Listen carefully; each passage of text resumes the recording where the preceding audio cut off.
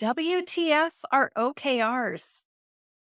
OKRs are an aligned goal framework used mostly within organizations to increase focus, clarity, and alignment.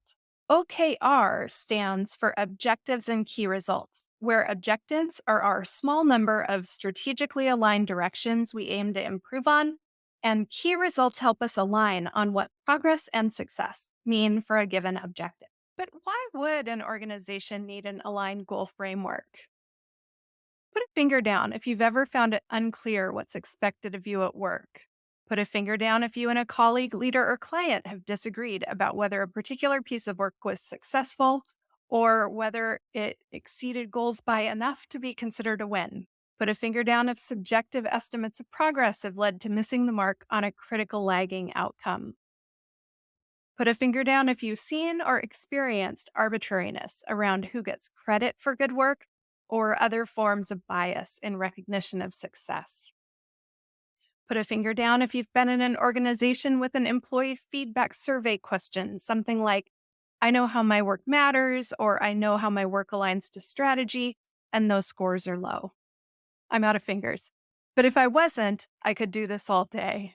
If you're a leader, the conditions I just listed and their friends are signs that your organization may benefit from a more organized approach to aligning strategy and implementation, which a coherent OKR implementation is really good at.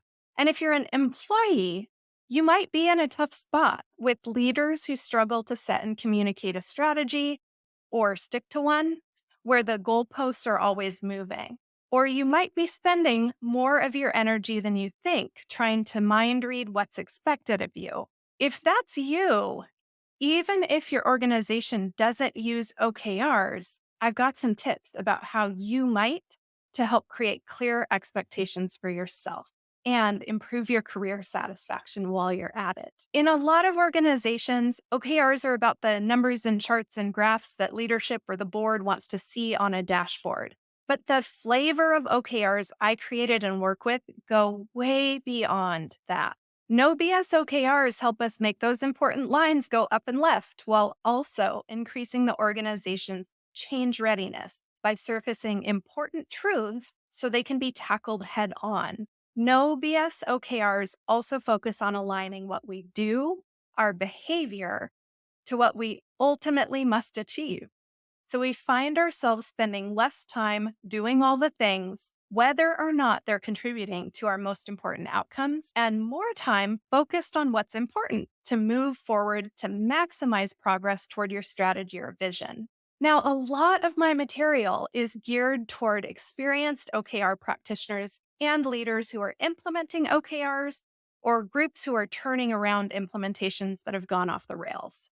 But talking about OKRs turns off a lot of people that no BS OKRs could actually really help. So I put together a quick, free WTF or OKRs guide excerpted from my No BS OKRs workbook to get some basic information about this powerful, potentially transformative, bias busting, gaslight exposing framework in front of people who have no idea what OKRs are or who've had bad experiences with them in the past, but who need help with focus, getting clear on what's most important and why it matters, and increasing alignment and improving collaboration with others. Because it doesn't matter what TLA you use. A lot of us could really use a little boost of motivation and inspiration. And no BS OKRs are one of the sharpest tools in my toolkit to support my personal mission of enabling revolutionary leaders and thinky doers to build fulfilling, high impact careers and workplaces that change outdated systems for the better. So if any of that sparks your interest, download a copy of WTF or OKRs, and I'll help you get started right from the start.